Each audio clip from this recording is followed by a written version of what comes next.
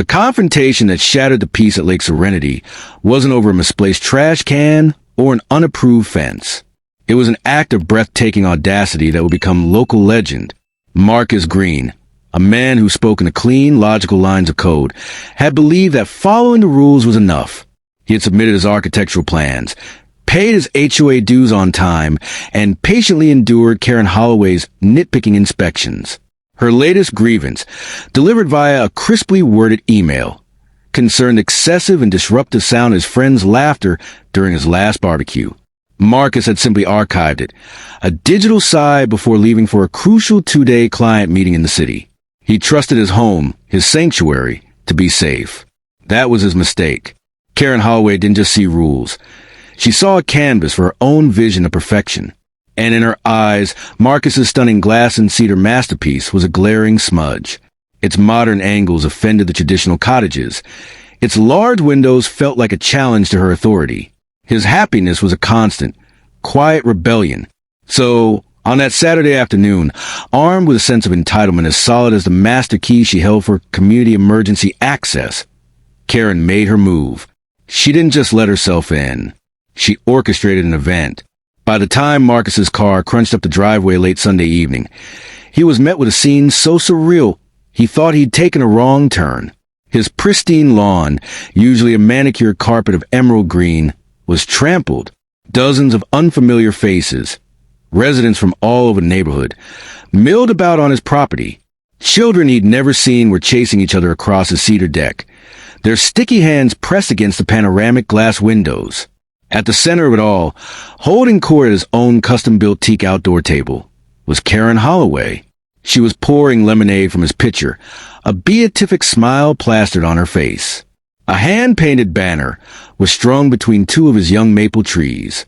It read, HOA Annual Summer Picnic, Welcome, Neighbors. Marcus stood frozen, his suitcase hanging limply from his hand. The logical part of his brain short-circuited. This wasn't a noise violation. This was a home invasion disguised as a social gathering. Karen spotted him. Her smile didn't falter. It merely sharpened. Marcus, so glad you could finally join us, she called out, her voice cutting through the chatter. We realize you're beautiful, but underutilized property was a perfect spot for our community bonding. I knew you wouldn't mind. After all, it's for the good of the neighborhood.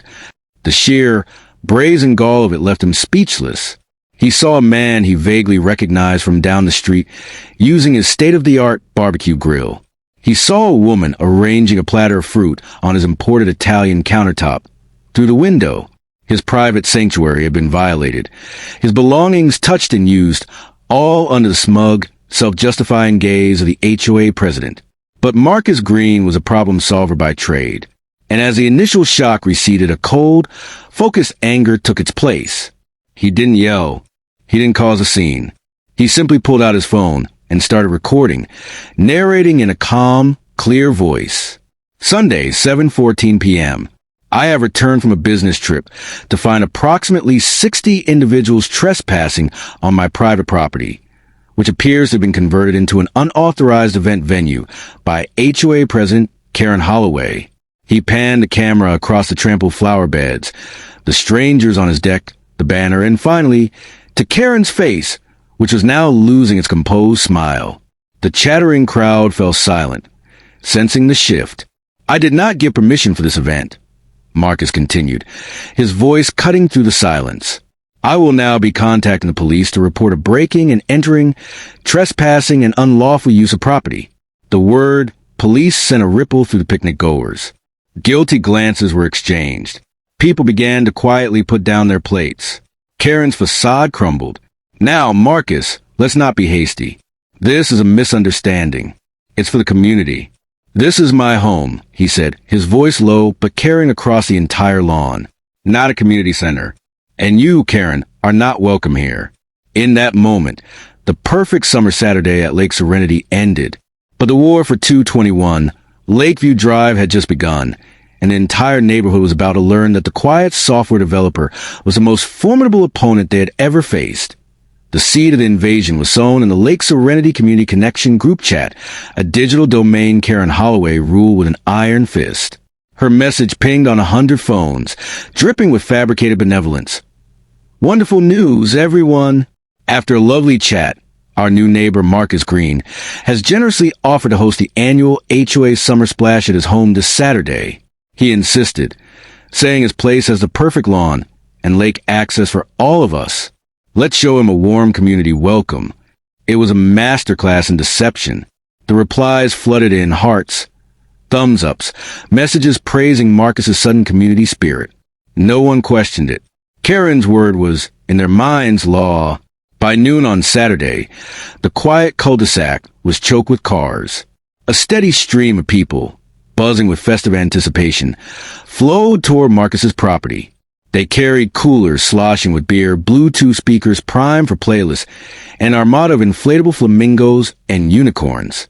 And there, positioned at the head of the driveway like a general reviewing her troops, was Karen. A clipboard was pressed to her chest, not as a tool of organization, but as a prop of authority.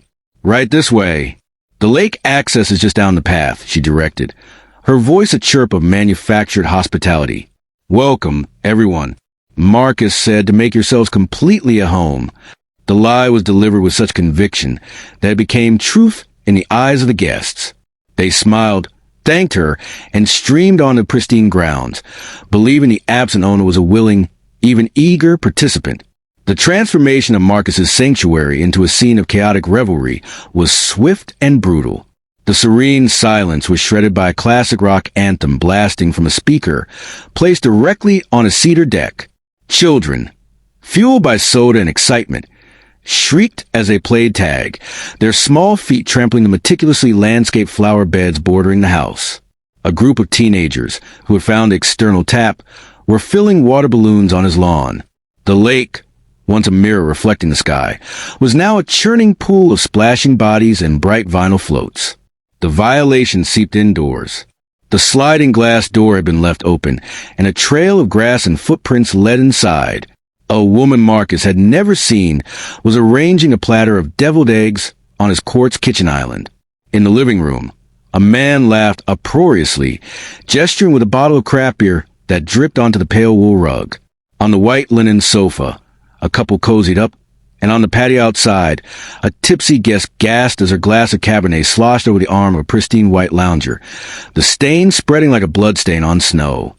The most profound invasion, however, happened upstairs. A curious couple, looking for a bathroom, wandered down the hallway. Pushing open a door, they found not a bathroom, but a personal home office. The large monitor displayed a screensaver of complex code. Framed photographs sat on the desk. A younger Marcus with his parents, a graduation photo. Confidential documents, stamped with proprietary, green software solutions, were stacked neatly beside a keyboard. The woman's smile vanished. "John," she whispered, her voice tight with dawning horror. This is someone's office. They're home." Her husband picked up a framed photo. "These are personal pictures. Everywhere." They looked at each other, the festive buzz evaporating into a chill of understanding. The scale of Karen's lie became terrifyingly clear. This wasn't a generous neighbor's rented-out venue. This was a private residence. They were trespassing in the most intimate spaces of a man's life, encouraged by the woman who was supposed to protect the community's standards. The party noise from below suddenly sounded not joyful, but grotesque. They had not been invited guests. They had been unwitting accomplices in a breathtaking violation of a man's dream. The familiar, winding road to Lake Serenity usually filled Marcus with a sense of calm anticipation. Tonight, it delivered him to the edge of a nightmare. He rounded the final bend, and his hands tightened on the steering wheel. His driveway wasn't just occupied. It was a clogged artery of SUVs and sedans. The low thrum of a bass line vibrated through his car doors, and the soft glow of his exterior lights was drowned out by the garish stridency of party lanterns strung from his deck. For a disorienting second, he thought he was hallucinating. Then he saw the balloons bobbing near his dock, and his blood ran cold. He abandoned his car in the middle of the road, his suitcase forgotten in the trunk. He strode past unfamiliar vehicles parked haphazardly on his manicured lawn, leaving dark tire tracks in the grass. The scene in his backyard was a surreal tableau of invasion. Dozens of people milled about, holding red plastic cups. And there, at the center of it all, standing confidently before his state-of-the-art grill, was Karen Holloway, spatula in hand, flipping burgers as if she owned the very ground beneath her feet. "Excuse me." Marcus's voice cut through the din, colder and sharper than the lake water. "What is happening here?" Karen turned, her face flashing with flicker of surprise before settling into a mask of brazen defiance. "Oh, Marcus, you're back early." "Don't worry, sweetie," she said, her tone dripping with condescension. "We're just hosting the HOA summer party. You said we could use the place." The audacity of the lies stole his breath for a moment. "I said what?" The words weren't a question. They were a thunderclap. His voice, usually so measured, echoed across the property with such force that the nearby chatter died instantly. Someone with a shred of sense killed the music. 100 pairs of eyes swiveled from Karen to the furious, travel-rumpled man, who was very clearly not a willing host. Marcus didn't wait for an explanation. He turned and marched into his own home, a king surveying a sacked castle. The interior was a disaster zone. A dark, sticky puddle of soda had congealed on his hardwood floor. A shattered beer glass glittered in the corner. The pristine white walls of his hallway were smudged with muddy handprints. His heart hammered against his ribs as he saw his small but cherished art collection. Modern prints he'd carefully selected, now adorned with the greasy fingerprints of strangers. Then his gaze landed on the door to his private study, swung wide open. The inner sanctum, where his life's work and most personal thoughts resided, had been breached. He stormed back outside, his composure shattered. "You broke into my home," he snarled, his glare pinning Karen where she stood. "Get everyone out. Now." Karen's smile was a brittle, desperate thing. She took a step toward him, adopting a conspiratorial tone. "Oh, come on, Marcus. Be reasonable. It's a community event. Look at everyone having fun. No harm done." But Marcus was done with her games. The logical, patient software developer was gone, replaced by a man defending his den. He pulled his phone from his pocket, his movements precise and deliberate. "I'm calling the sheriff," he said, his voice flat and final. The silence that followed was so profound you could hear the lapping of the lake against the dock. The arrival of the deputies 20 minutes later transformed the festive atmosphere into one of tense apprehension. As Marcus explained the situation, Karen tried to interject with her community spirit defense. But then Marcus provided the irrefutable evidence, the high-definition security footage from his doorbell and backyard cameras. On the deputy's tablet, they all watched the damning sequence. Karen, clipboard in hand, confidently using a master key to unlock his side gate. They saw her ushering the first wave of partygoers, a triumphant smile on her face. It wasn't a misunderstanding. It was a premeditated trespass. The deputy looked from the screen to Karen. "Ma'am, is this you?" The color drained from Karen Holloway's face. Her confident smirk, the weapon she had wielded for so long, vanished, replaced by the pale, tight-lipped expression of someone who finally understood the consequences of her entitlement. The party was over.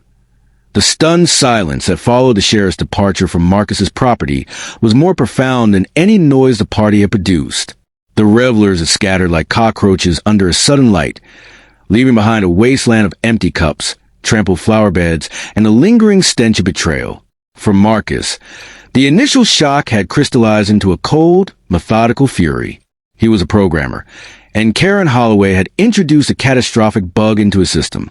His response would not be an emotional rant, but a complete and total system overhaul. In the days that followed, Marcus did not rest. He worked with the quiet intensity of a man compiling code for a mission-critical application. He secured his property with new, more sophisticated locks and a security system that reported directly to his phone. Then, he hired the most formidable civil litigation attorney in the state. The lawsuit he filed was not a warning shot. It was a tactical nuclear strike. He named Karen Holloway as the primary defendant. But he also sued every single HOA board member who had attended, assisted in planning, or had the authority to stop the illegal gathering and did nothing. The charges were a comprehensive list of violations: trespassing, invasion of privacy, property damage, and illegal assembly on private property. The demanded damages were breathtaking. $100,000 from each defendant. When Karen was served the papers, her initial reaction was a derisive snort. She gathered her sycophants at a local cafe, waving the legal documents like a bizarre trophy. "It's a scare tactic," she bragged, her voice dripping with contempt. A pathetic, empty threat from a man who can't take a joke. No judge in the world will take this seriously. He's just throwing a tantrum. Her confidence was a fortress, built brick by brick over years of unchallenged authority. But Marcus's case was not built on bluster. It was built on an unassailable mountain of evidence. His legal team entered into discovery with the precision of surgeons. There was a high-definition security footage, which not only showed Karen's initial entry, but also captured her directing traffic and assuring guests throughout the day. There were time-stamped photographs of every stain, every broken item, every muddy footprint, and a chilling image of strangers in his private study. Most damningly, there were the text messages. Subpoenas to the phone companies yielded the Lake Serenity Community Connection chat logs, where Karen's lie about his permission was preserved in digital perpetuity. To top it all off, several guilt-ridden partygoers, fearing they would be dragged into the lawsuit, agreed to provide. The fallout from the lawsuit was as swift as it was absolute. The colossal financial judgment against the HOA board members triggered an immediate and irreversible chain reaction. The Lake Serenity Homeowners Association, once an unassailable fortress of petty rules in Karen Holloway's dominion, was forced to dissolve into bankruptcy. The legal entity that had been wielded as a weapon of control simply ceased to exist. For many of the former board members and their most ardent supporters, the shame and the financial strain were too great to bear. For sale signs, once a rarity in exclusive enclave, sprouted like stubborn weeds on several lawns as families quietly packed up and moved away, hoping to outrun the scandal. Karen Holloway's fall was the most spectacular.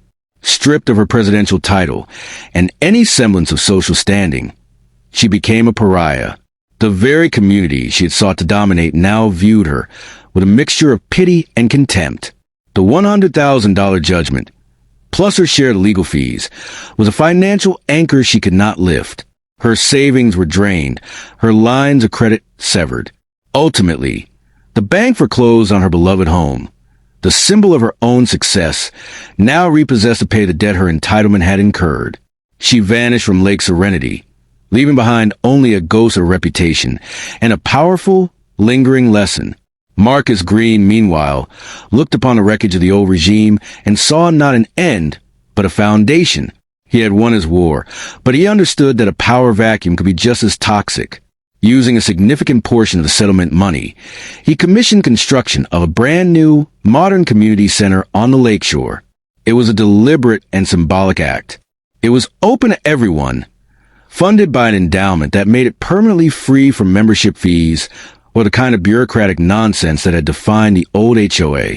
There were no rules about laughter, no restrictions on guest numbers, only a simple, guiding principle: respect. To mark its opening, he hosted a massive, free barbecue. The invitation was extended to every resident of Lake Serenity and, in a gesture of profound grace, to the neighboring community of Oak Ridge. The air was filled with the scent of grilled food and the sound of easy conversation, a stark contrast to the forced merriment of that fateful summer party. People mingled freely. Children played safely on a designated playset, and the lake reflected a scene of genuine, unregulated community. During an interview with a local journalist, Marcus was asked if the lawsuit had been about revenge. He shook his head, his gaze steady.